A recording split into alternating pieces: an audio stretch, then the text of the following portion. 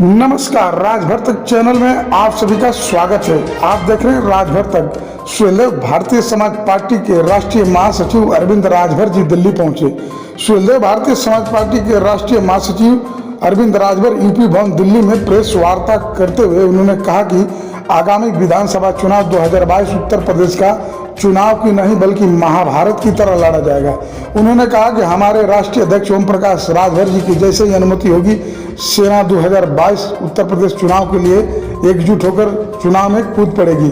आपको बता दें कि मीडिया से बात करते हुए सुहेलदेव भारतीय समाज पार्टी के राष्ट्रीय महासचिव अरविंद राजभर ने मुख्तार अंसारी को लेकर बहुत बड़ा बयान दिया।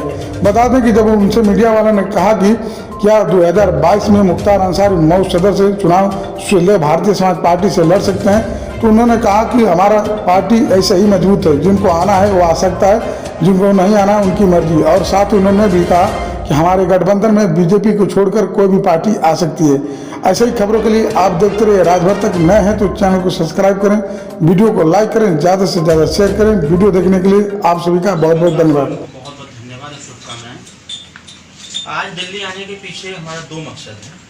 पहला जो है, हम दिल्ली और हरियाणा, क्योंकि पार्टी का विस्तार लंबे समय से चल रहा है और कोरोना काल के बाद ये पहली बैठक है जो दिल्ली और हरियाणा प्रदेश के प्रदेश कार्य समिति और हमारे जो जनपदीय स्तर के कार्यकर्ता हैं उनके साथ बैठक हम करेंगे और बैठक करके जो आगामी 2022 का चुनाव यूपी में होना है, क्योंकि ये चुनाव नहीं, इस बार का चुनाव महाभारत जैसा संग्राम होगा, तो उसके प्रिपरेशन के लिए हम अपने बॉर्डर पर अपनी सेना सजा के रखना चाह रहे हैं कि हमारी सेना पूरे मुस्तैदी के साथ हमारे सेना नायक माननीय नेताजी का जैसा ही आदेश होगा हम सभी लोग उसमें कूद पड़ेंगे। आज कार्यकर्ताओं को यही हम प्रशिक्षित करेंगे कि जो माननीय नेताजी की सोच है कि उत्तर प्रदेश की सरकार बना करके हम लोग उत्तर प्रदेश में निःशुल्क शिक्षा देने का कार्य करेंगे और उत्तर प्रदेश में स्वास्थ्य संबंधित सेवाएं जिस प्रकार से वर्तमान समय में वर्तमान सरकार में जिस प्रकार का प्रोपेगेंडा अपनाया जा रहा है, विकासवाद के नाम पर सरकार के द्वारा जनता को गुमराह किया जा रहा है, जबकि यूपी में देखा जाए या दिल्ली से सटे हुए तमाम ऐसे डिस्ट्रिक्ट हैं जहां पर विकास के नाम पर जीरो है। आज भी लोग विवश और परेशान हैं। तो इन सभी लोगों की परेशानियों का जो एक समाधान है वो है सुहेलदेव भारतीय समाज पार्टी भागीदारी संकल्प मोर्चा माननीय ओम प्रकाश राजभर। 2022 में हम जनता को अपनी तरफ डाइवर्ट करने का प्रयास करेंगे, उनको हम एजेंडे पर खड़े करेंगे। एजेंडा हमारा है, भारतीय संविधान कहता है समता, स्वतंत्रता, बंधुत्व और न्याय। भारतीय संविधान कहता है इस देश में रहने वाले सभी लोगों को रोटी, कपड़ा, मकान, शिक्षा, दवाई मिलना चाहिए। मूल तौर पर सुहेलदेव भारतीय समाज पार्टी 22 के चुनाव में उत्तर प्रदेश के तमाम गरीबों के लिए स्वास्थ्य संबंधित सेवाओं में पूरे उत्तर प्रदेश के किसी भी हॉस्पिटल में हमारा गरीब इलाज कराएगा, निःशुल्क किया जाएगा। आप तीसरा मोर्चा बनाने की बात कर रहे हैं, ओवैसी से लगातार मुलाकातें हो रही थी, ओवैसी अलग चले गए हैं, कह रहे 100 सीटों पे चुनाव लड़ेंगे। संजय सिंह से मुलाकात हो रही थी, संजय सिंह ने भी अकेले कर दी घोषणा। अभी आप लोग की क्या स्ट्रेटजी रहेगी? क्या इन दलों को दोबारा वापस लाने की कोशिश होगी या दूसरे जो राजनीतिक दल हैं उनसे बातचीत करेंगे आप लोग? देखिए, कवायद हमारी चालू है, ओवैसी जी अभी दूर नहीं है। औपचारिक घोषणाएं, क्योंकि ये सुहेलदेव भारतीय समाज पार्टी भागीदारी संकल्प मोर्चा में टाइम बम तैयार किया जा रहा है। हर चीज का एक समय है और चाहे संजय सिंह जी हो, आज भी वार्तालाप जारी है, अभी कल ही मेरी वार्तालाप हुई है उनसे। ओवैसी जी ऑलरेडी संपर्क में है, अभी अगली मीटिंग हम लोग की फिक्स हुई है, जल्द ही हम लोग बैठेंगे। हमारा मोर्चा अपने स्तर से पूरी तैयारी के साथ लगा हुआ है। सभी राजनीतिक दल की नैतिक जिम्मेदारी है कि वो अपना अपना संगठन अपने अपने क्षेत्र का निर्माण करें और करके इस मोर्चे को मजबूत करें। तीसरा फ्रंट जो है इस बार उत्तर प्रदेश में सरकार को स्थापित करेगा।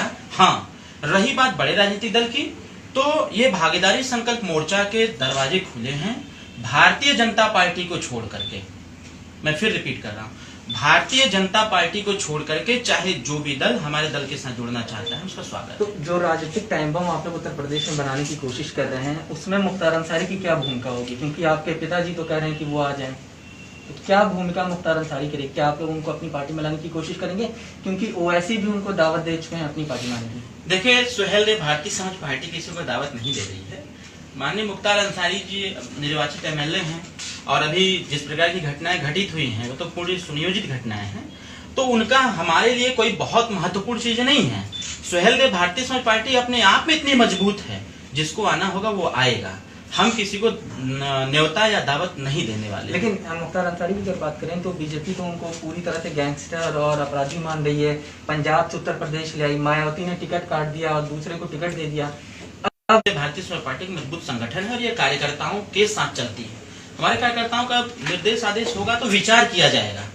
अब विचार सिद्धांतों पर किया जाएगा, क्योंकि जिस प्रकार का माहौल है उस माहौल में सुहेलदेव भारतीय समाज पार्टी एक साफ सुथरी पार्टी है, इसके नेता साफ सुथरे हैं और हमारी विचारधारा और सिद्धांत ये लड़ाई है, जो स्वीकार करेगा हमारे साथ खड़ा है। आप कह रहे हैं साफ सुथरी पार्टी है, लेकिन मायावती ने तो ये कहकर टिकट देने से मना किया था कि गैंगस्टर्स को टिकट नहीं दिया जाएगा।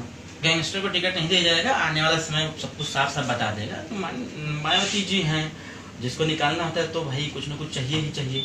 और रही बात अभी जो पूर्व में घटनाएं घटित हुई हैं, जैसे उनके दो भाई और उनके भतीजे अभी समाजवादी पार्टी ज्वाइन किए हैं, तो इस स्थिति में उनको आशंका थी कहीं हमारी पार्टी छोड़ न दे, इसके लिए पहले उन्होंने कार्रवाई कर दिया।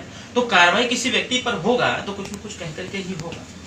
अगर उत्तर प्रदेश की बात करें तो बीजेपी जो है अब जमीन स्तर पर काम करना शुरू कर दिया। आज भी बूथ कार्यकर्ताओं से लगातार मीटिंग हो रही है और उनसे चर्चाएं हो रही है। प्रधानमंत्री मोदी 30 से ज़्यादा दौरे करेंगे। आप लोगों की उत्तर प्रदेश चुनाव को लेकर अभी तक अगर देखा जाए तो किस तरह की रणनीति रहेगी? प्रतिदिन हम लोग 10,000 लोगों से माननीय नेताजी प्रतिदिन मिलते हैं। आज इटावा में है मंत्री जी, आज हम दिल्ली में हैं। इसी प्रकार से हमारे सुहेलदेव भारतीय समाज पार्टी के समस्त कार्यकर्ता बूथ स्तर तक अपने संगठन को मजबूत कर चुके हैं। जैसा हम बार बार इस चीज को रिपीट कर रहे हैं कि आने वाले 2022 के चुनाव में अगर सबसे ज्यादा डर भारतीय जनता पार्टी को किसी से है तो सुहेलदेव भारतीय समाज पार्टी से है, क्योंकि सुहेलदेव भारतीय समाज पार्टी अपनी तैयारी बखूबी पूरी कर चुकी है। इसीलिए भारतीय जनता पार्टी विवश और परेशान है कि किसी प्रकार से 17 में गठबंधन हुआ था वो 22 में गठबंधन हो जाए। इसलिए हम बार बार कह रहे हैं कि बीजेपी को छोड़ करके हम किसी के साथ जा सकते हैं। स्टिंग बहुत हो रहे हैं उत्तर प्रदेश में। आपके पिताजी का भी स्टिंग हुआ और आपके पिताजी जिनको न्योता दे रहे हैं उनका भी स्टिंग हुआ। कैसे देखते हैं स्टिंग की राजनीति? चलिए आप भी दिल्ली आए हुए हैं। भारतीय जनता पार्टी के पास बचा क्या है? ओम प्रकाश राजभर उनके सबसे बड़ा सरदर्द है और उत्तर प्रदेश नहीं देश की राजनीति का इतिहास है। जब पिछड़ा या दलित वर्ग का नेता जब भी आगे बढ़ने का प्रयास किया है तो पूरे सुनियोजित तरीके से जो बड़े दल के लोग होते हैं, सत्तासीन होते हैं, वो इस प्रकार की घटनाओं को अंजाम देते हैं। मैं फिर कह रहा हूँ, आप आरोप लगा रहे हैं, चरित्र और चेहरा सामने आ गया है कि एक नेता जो भारतीय जनता पार्टी के उन तमाम कुकृत्यों को जनता को बताने का प्रयास कर रहा है और सत्य बातें कह रहा है, जनता को समझा रहा है। और चौथा स्तंभ देश का पत्रकारों को दिया गया है। तो इसका जिस प्रकार से हमारे देश के संविधान ने कार्यपालिका, न्यायपालिका, व्यवस्थापिका को देश के उसके मान सम्मान, स्वाभिमान पर चोट पहुंचाया करता होगा, उसको डर लगता होगा। हम लोग साफ सुथरे लोग हैं, हम तो कहते हैं, तो दावे के साथ कहते हैं कि एक जांच नहीं 100 जांच करा ले भारतीय जनता पार्टी के लोग। 100 नहीं 1000 जांच करा ले। एक रत्ती भर 0.1% भी गलत आ जाऊंगा तो राजनीति से इस्तीफा देके घर वापस ले जाएंगे हम लोग। एक आखिरी सवाल है, चुनाव नजदीक आ रहा है, आप लोग का जो तीसरा मोर्चा है वो अभी तक सही तरीके से मजबूत नहीं हो पा रहा है, क्योंकि आप लोग लगातार कोशिश कर रहे हैं दिखाने की हम एक साथ हैं, लेकिन ऐसा दिख नहीं रहा है कहीं ना कहीं। तो अगर तीसरा मोर्चा नहीं बनता है तो आपकी पार्टी का स्टैंड क्या होगा? क्या वो सपा में जाएगी या फिर बीजेपी के साथ पहले की तरह शामिल होंगे? हमारा तीसरा मोर्चा, मैं पहले ही कहा, हमारा तीसरा मोर्चा कार्य कर रहा है, क्योंकि छोटे लोग बहुत कम दिखते हैं ना, बड़े लोग तो बहुत जल्दी दिख जाते हैं। तो हमारा जो मोर्चा है, जो तीसरा मोर्चे में 10 दल के लोग जो वर्तमान में हैं, वो अपने स्तर से अपने कार्य कर रहे हैं, वो अपने स्तर से कार्य कर रहे हैं। देखिए यही छोटी छोटी पार्टियां जो कार्य कर रही हैं, बेचैनी जो हमारी सरकार की है दूसरों से नहीं, उनको सपा बसपा से डर नहीं है, उनको डर हमारे तीसरे मोर्चे से है। तो हमारा जो कार्य है हम मेहनत और मजबूती के साथ हमारे समस्त दल के लोग कर रहे हैं। 27 अक्टूबर के बाद से संयुक्त कार्यक्रम होंगे, फिर आपको दिखेंगे बड़े पैमाने पर। आप लोग को डर किससे है, या फिर कहा जाए कि परेशानी किससे है? योगी जी से है या फिर भारतीय जनता पार्टी से है? उनकी नीतियों से। व्यक्ति विशेष से डर कैसा? व्यक्ति विशेष से हमको डर है ये नहीं है, हमको डर उनकी नीतियों सिद्धांतों से है, क्योंकि वो कहते कुछ और करते कुछ और। लेकिन वो तो कह रहे हैं कि उत्तर प्रदेश में कानून का राज्य है, स्वास्थ्य सुविधाएं बेहतर हो गई हैं, सड़कें बन रही हैं, विकास हो रहा है, एयरपोर्ट पे एयरपोर्ट बनने जा रहे हैं। सही कह रहे हैं। विधानसभा भवन, उत्तर प्रदेश की राजधानी के विधानसभा भवन से एयरपोर्ट तक 446 गड्ढे हैं। उत्तर प्रदेश के विधानसभा से लेके एयरपोर्ट तक 446 गड्ढे हैं। अब उत्तर प्रदेश छोड़ दीजिए दुनियादारी, विधानसभा भवन के सामने इतने बड़े गड्ढे हमको नहीं दिखता है। किस प्रकार से रोड बन रहा है, स्वास्थ्य संबंधी सेवाएं, अगर स्वास्थ्य संबंधी सेवाएं सबल और सुदृढ़ होती तो उत्तर प्रदेश में कोरोना को लेकर के इतने लोग ऑक्सीजन से नहीं मरते। उत्तर प्रदेश में कानून का राज होता है तो प्रतिदिन रेप और बलात्कार हत्याएं नहीं होती। उत्तर प्रदेश में अगर कानून का राज होता है तो थाने में बैठ करके भ्रष्टाचार नहीं फैलाए जाते, अश्लील वीडियो नहीं बनाए जाते।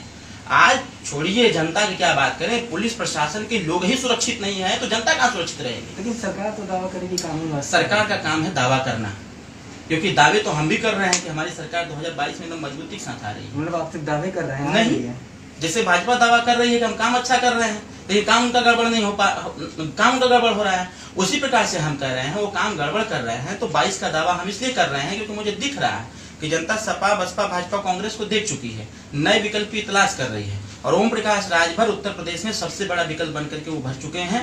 ओम प्रकाश राजभर समस्त वंचित वर्ग का ध्यान कॉन्सेंट्रेट हुआ है, 22 में बहुत बड़ा खेला होगा। क्या निषाद पार्टी को अभी अपने साथ लाया जाएगा?